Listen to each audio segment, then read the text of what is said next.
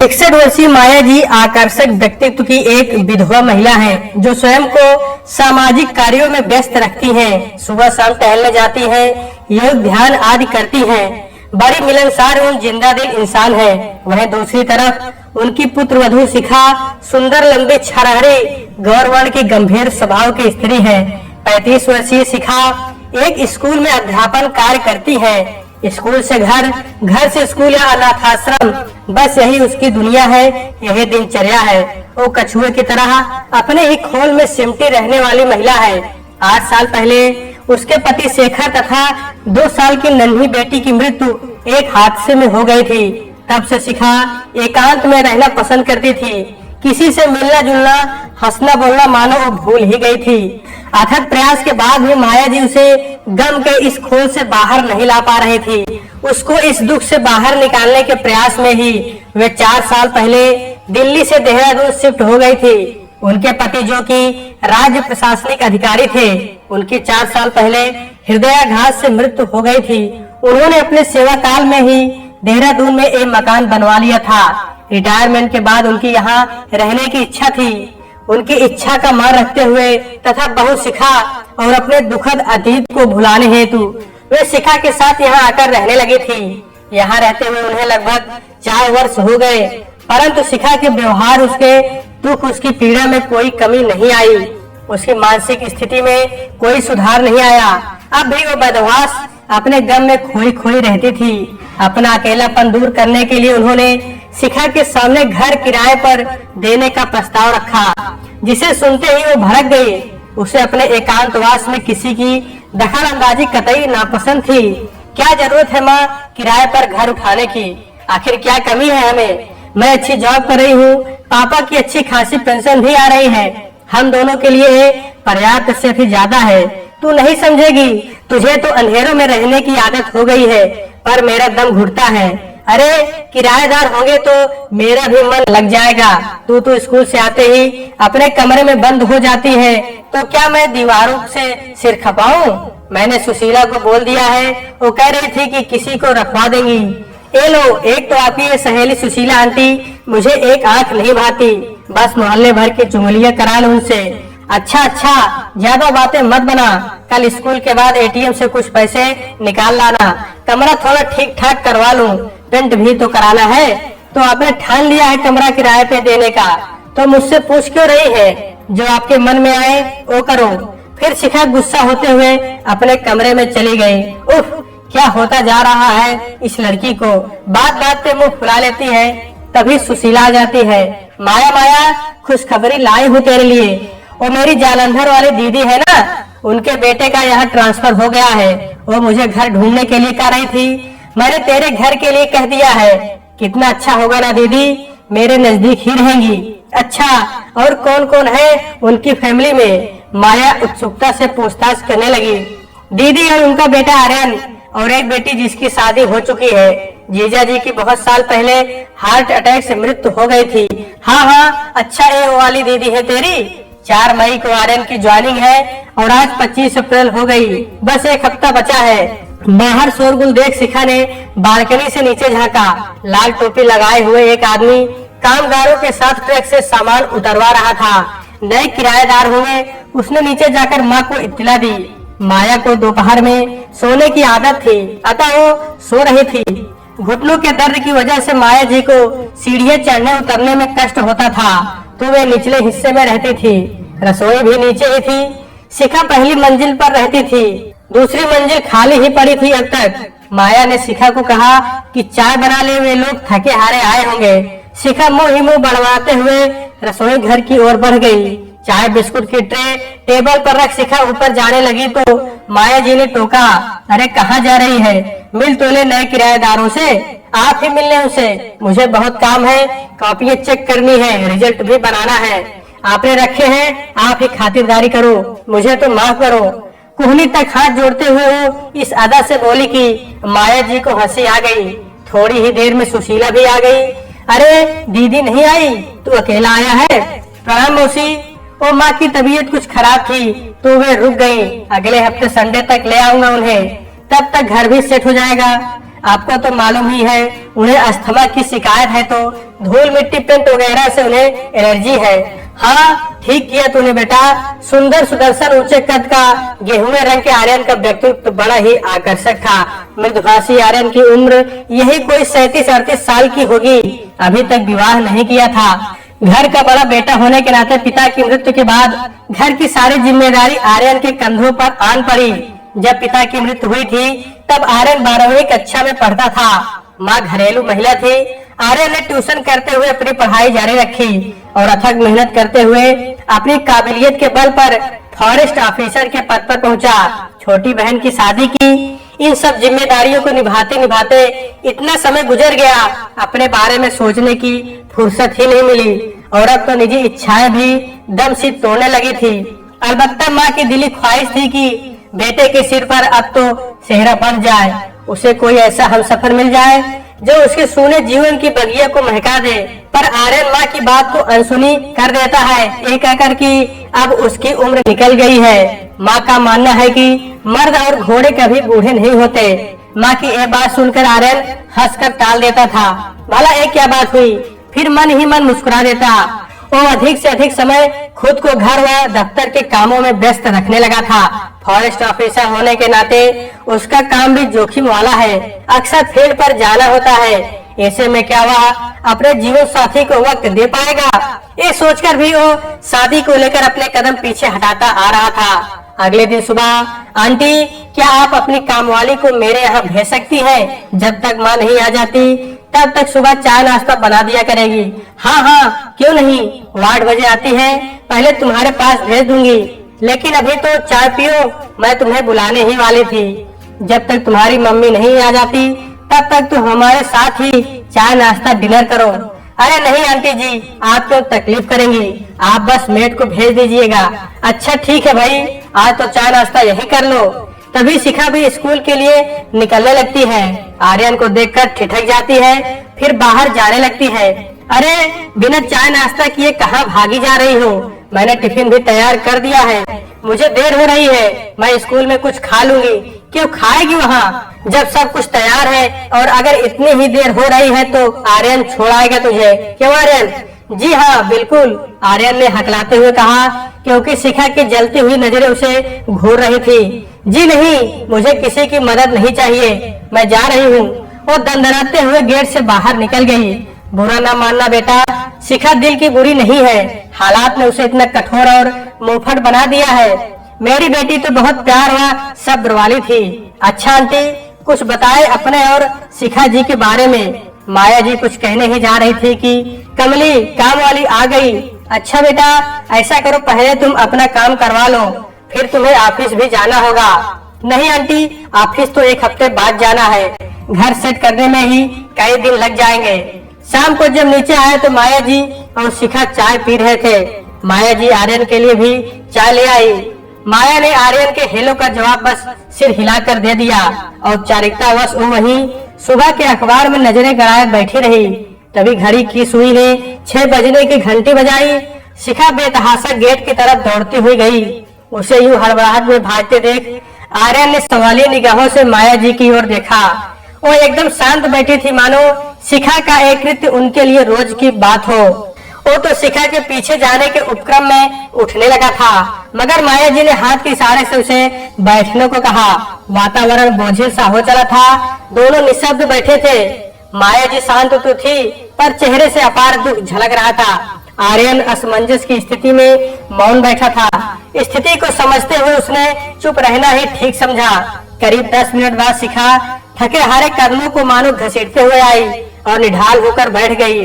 कुछ क्षण बाद आर्यन की उपस्थिति का भान होते ही खामोशी से अपने कमरे में चली गई। इस आधे घंटे में कोई एक शब्द न बोला। प्रकृति भी मौन हो इन प्राणियों का साथ निभा रही थी। पक्षी निशब्द अपने घरों को लौट चले। डालियां भी मानो थमसी गई थी। 1 हफ्ते बाद शनिवार को आर्यन दोपहर में ही घर आ गया और सीधा किचन में दंदनाते हुए घुस गया। आंटी बहुत भूख लग रही है, बड़ी अच्छी खुशबू आ रही है, क्या पका रही है? मगर रसोई में जाते ही ठिठक गया। इन 7 दिनों में आर्यन माया जी से काफी घुल मिल चुका था। अरे आप, मुझे लगा आंटी होंगी, तुम क्या जानो, हमारी बेटी तो मुझसे भी अच्छा खाना बनाती है। पीछे से माया जी बोली। उनके साथ सुशीला भी थी। टेबल पर खाना लगाकर शिखा बड़े बड़े 3-4 टिफिन लेकर कहीं चली गई। माया जी ने बिना पूछे ही जवाब दिया। हर शनिवार इतवार शिखा अपने हाथों से खाना बनाकर अनाथ आश्रम ले जाती है। आर्यन सराहना भरे भाव से शिखा के व्यक्तित्व को परखने लगा। शाम को शिखा 3 कप चाय बनाकर लॉन में बैठ गई। माया जी मंद मंद मुस्कुराकर शिखा को देखने लगी। उन्हें यूं मुस्कुराता देख शिखा ने झेपते हुए कहा, क्या ऐसे क्या घूर रही है मुझे? एक तो मैं आपके उस लाडले किराएदार के लिए चाय बनाकर लाई हूँ, ऊपर से आप मुझे ऐसे देख रही हैं जैसे। अरे नहीं बेटा, मुझे अच्छा लगा कि तू लोगों की कद्र करती है। वैसे आर्यन ऊपर कमरे में है, उसे बुखार आ रहा है 2-3 दिन से। कमली के हाथ चाय बिस्कुट भिजवा दो, अब मुझसे तो दूसरी मंजिल चढ़ा ना जाएगा, वरना मैं बेचारे बच्चे को देख आती। अच्छा, तभी जनाब नजर नहीं आ रहे थे, मुझे लगा मेरी वजह से नहीं आते हैं। कमली के साथ शिखा भी ऊपर जाती है। उसे देख आर्यन चौंक कर उड़ जाता है। उसके थकान भरे चेहरे पर खुशी से लबालब मुस्कान आ जाती है। अरे आपने क्यों तकलीफ की? तकलीफ कैसी? कहकर उसे चाय उसे पकड़ा दी। कुछ देर ठहरने के बाद कमली को कमरा ठीक करने की हिदायत दे नीचे आ गई। आर्यन को उसका यूं फिक्र करना बड़ा सुखद लगा। आर्यन जल्द ही स्वस्थ होकर ऑफिस जाने लगा। उस घर को व घर के लोगों को आर्यन की आदत हो गई थी। शिखा भी अब उसकी बातों या उपस्थिति से असहज नहीं होती थी, न ही पहले की तरह भड़कती थी, अपितु वो उसकी बातों में रुचि लेने लगी थी। आज फिर वही हुआ। घड़ी ने 6 बजाए और वो बेतहाशा गेट की तरफ दौड़ पड़ी। आंटी, बुरा ना माने तो प्लीज बताएं, शिखा जी रोज इस समय कहाँ जाती है, फिर इतनी परेशान होकर वापस आती है? खोई खोई उदास हुआ थकी हुई सी माया जी ने अतीत के पन्नों को खोला। हमारा कितना सुखी भरा पूरा खुशहाल परिवार था।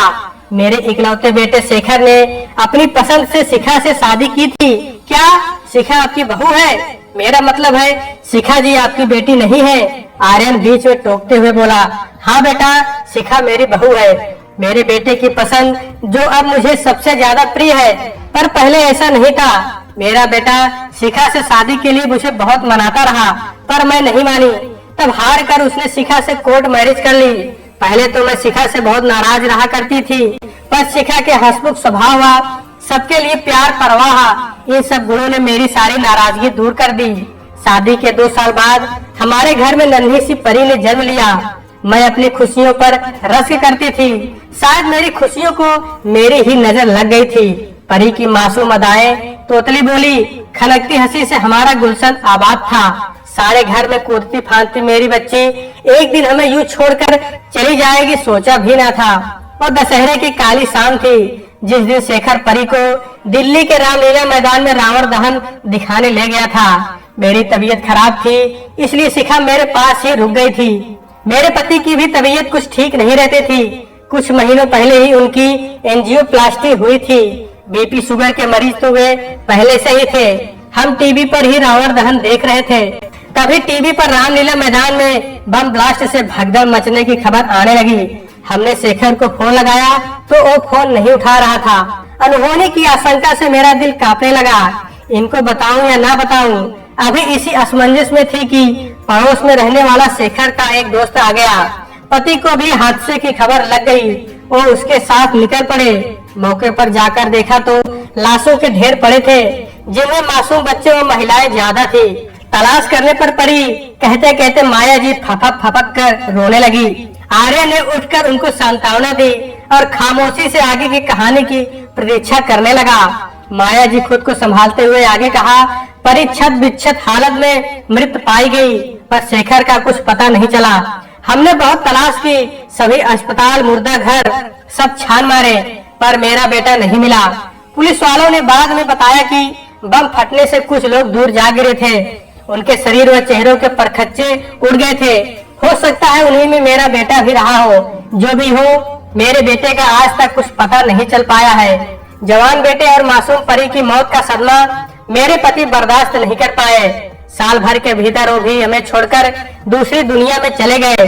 मगर शिखा को अभी भी शेखर के वापस लौटने का इंतजार है। वो इसी उम्मीद में रोजाना 6 बजे गेट के बाहर तक भाग कर जाती थी कि शेखर आज तो जरूर आएगा। उसको इस सदमे से हुए इस बावलेपन को दूर करने के लिए हम दिल्ली से यहाँ आए, पर मेरी बच्ची अभी तक उसी सदमे में है, उसी मोड़ पर खड़ी है। उसकी जिंदगी मानो रुक सी गई है। अनाथ आश्रम के बच्चों को खाना खिलाकर वो अपनी बच्ची की आत्मा को खुशी देना चाहती है। न जाने वो दिन कब आएगा जब मेरी बच्ची शेखर की यादों को भुलाकर नए सिरे से अपनी जिंदगी शुरू करेगी। तभी थकी निढाल अपने पैरों को घसीटती हुई शिखा अपने बेजान से शरीर को कुर्सी के हवाले कर देती है। वातावरण में आज फिर से नीरवता छा जाती है। अचानक आर्यन उठता है और माया जी के कदमों के पास बैठ जाता है। आंटी, अगर आप आज्ञा दें और शिखा उचित समझे तो मैं शिखा को अपनाना चाहता हूँ। आज या कल में मेरी मम्मी और बहन आ रही है। मैं जानता हूँ उनकी भी सहमति मिल जाएगी मुझे। शिखा अचानक हुए इस वाकये से हैरान रह जाती है। माया जी व आर्यन उम्मीद भरी निगाहों से शिखा को देखते हैं। शिखा बिना कुछ बोले उठकर जाने लगती है। तभी आज या कल में नहीं भैया, हम पधार चुके हैं। अरे आप लोग, अचानक बता दिया होता तो मैं लेने आ जाता। अगर बता दिया होता तो हमें इतना प्यारा सा सरप्राइज कैसे मिलता। आर्यन की माँ ने प्यार भरी नजर शिखा पर डाली और सिर पर हाथ फिराते हुए बोली, अगर तुम मेरे बेटे की जिंदगी में आ जाओगी तो मैं खुद को बहुत खुदकिस्मत समझूंगी। आर्यन से जब फोन पर बात करो तो बस वो तुम्हारी ही बातें करता है। तुम हमें बहुत पसंद आई, क्या तुम मेरी बहू बनोगी। शिखा ने खामोशी से सिर झुका दिया और अपने कमरे में चली गई। माया जी ने आर्यन की माँ को गले लगाते हुए कहा, मेरी बेटी हाँ जरूर कह देगी, मुझे पूरी उम्मीद है। अगर उसे इनकार करना होता तो वो तपाक से कर देती। अचानक से ये बात उठी है इसलिए वो खामोश हो गई है। बहुत वर्षों बाद आज शिखा को सुकून की नींद आई। सपने में उसने देखा कि उसकी खिड़की से उम्मीद की एक किरण चली आ रही है, जिस पर सवार होकर शेखर चुपके से कमरे में दाखिल हो रहा है और उसके कानों में कह रहा है, शिखा हाँ कह दो, आगे बढ़ो, मैं गुजरा हुआ कल हूँ जो आज तुम्हारे आगे हाथ फैलाए खड़ा है, उसे थाम लो, उसे थाम लो। अचानक उसकी नींद खुल जाती है। सुबह के 5 बज रहे थे। वो दौड़ते हुए नीचे आती है। माया जी के कमरे का दरवाजा खटखटाती है। माया जी घबराकर दरवाजा खोलती है और उनके गले लगकर रोने लगती है। क्या हुआ मेरी बच्ची, कोई बुरा सपना देख लिया क्या तुमने। माँ, मुझे आज जी भर के रो लेने दो। बहुत देर तक रो लेने के बाद शिखा शांत हो जाती है। माया जी धैर्य से उसके बोलने का इंतजार करती है। माँ, आज शेखर मेरे सपनों में आए थे, मुझसे कह रहे थे कि मैं उन्हें भूलकर आगे बढ़ूं। आप बताओ माँ, मैं क्या करूं। तू शेखर को प्यार तो करती थी ना। एक ऐसा सवाल हुआ, इसमें आपको कोई शक है। नहीं, शक नहीं है। तू उसकी बात मान ले बेटा। देखो, अब तो वो भी यही चाहता है कि तू उसे भूलकर जिंदगी में आगे बढ़। अकेली जिंदगी नहीं काटी जाती बेटा। मैं आज हूँ, कल नहीं रहूंगी, तो तू अकेली कैसे पहाड़ सा जीवन बिताएगी। आर्यन बहुत अच्छा लड़का है। सच बताऊं, मैं तो तेरे डर से कुछ नहीं कह पा रही थी, पर मेरी भी यही इच्छा थी। अच्छा जी, मेरे डर से? मैं क्या इतनी डरावनी हूँ? नहीं रे, तू तो मेरी प्यारी लाडली बच्ची है, पर मैं आपको छोड़कर कहीं नहीं जाऊंगी। कह देना अपने उस किराएदार से। क्या बोली? किराएदार? वो तेरा होने वाला पति है और मेरा बेटा। खबरदार जो मेरे बेटे के बारे में इस तरह के शब्द मुंह से निकाले तो। अच्छा बाबा, नहीं बोलूंगी कुछ ऐसा वैसा, पर अपने लाडले बेटे को मेरी सारी शर्तें बता देना, तभी मैं हाँ कहूंगी। आपकी सभी शर्तें सिर आंखों पर मोहतरमा। अरे आप कब आए? छुप छुप के हमारी बातें सुन रहे थे और इतनी सुबह सुबह आप यहाँ क्या कर रहे हैं? मेरे बहनोई साहब आ रहे हैं, उन्हीं को स्टेशन लेने जा रहा हूँ। अपने हाथों से बनी चाय पिलाओगे क्या? शिखा शर्माती हुई किचन की ओर जाती है और पीछे पीछे आर्यन भी चल पड़ता है। शिखा जी, आप खुश तो है इस रिश्ते से? नहीं, एक शर्त पर खुश होंगी। अगर आप शिखा जी ना कहे तो। फिर वो खिलखिलाकर हंस पड़ती है। आर्यन ने आज पहली बार उसको हंसते देखा था। कितनी प्यारी दिलकश निश्चल हंसी थी वो। सूरज के पहले किरण से रसोई घर के साथ साथ 2 दिलों में भी उम्मीद का उजाला छाने लगा था। दोस्तों, ये थी हमारी आज की कहानी। इस कहानी के बारे में आपका क्या कहना है, हमें कमेंट करके अवश्य बताएं। और इसी तरह कहानी रोज सुनने के लिए वीडियो को लाइक कर दीजिए और चैनल को सब्सक्राइब करके उस घंटी को भी ऑल पर सेट कर दीजिए, ताकि हर आने वाली नई वीडियो का नोटिफिकेशन सबसे पहले आपको मिल जाएगा। धन्यवाद।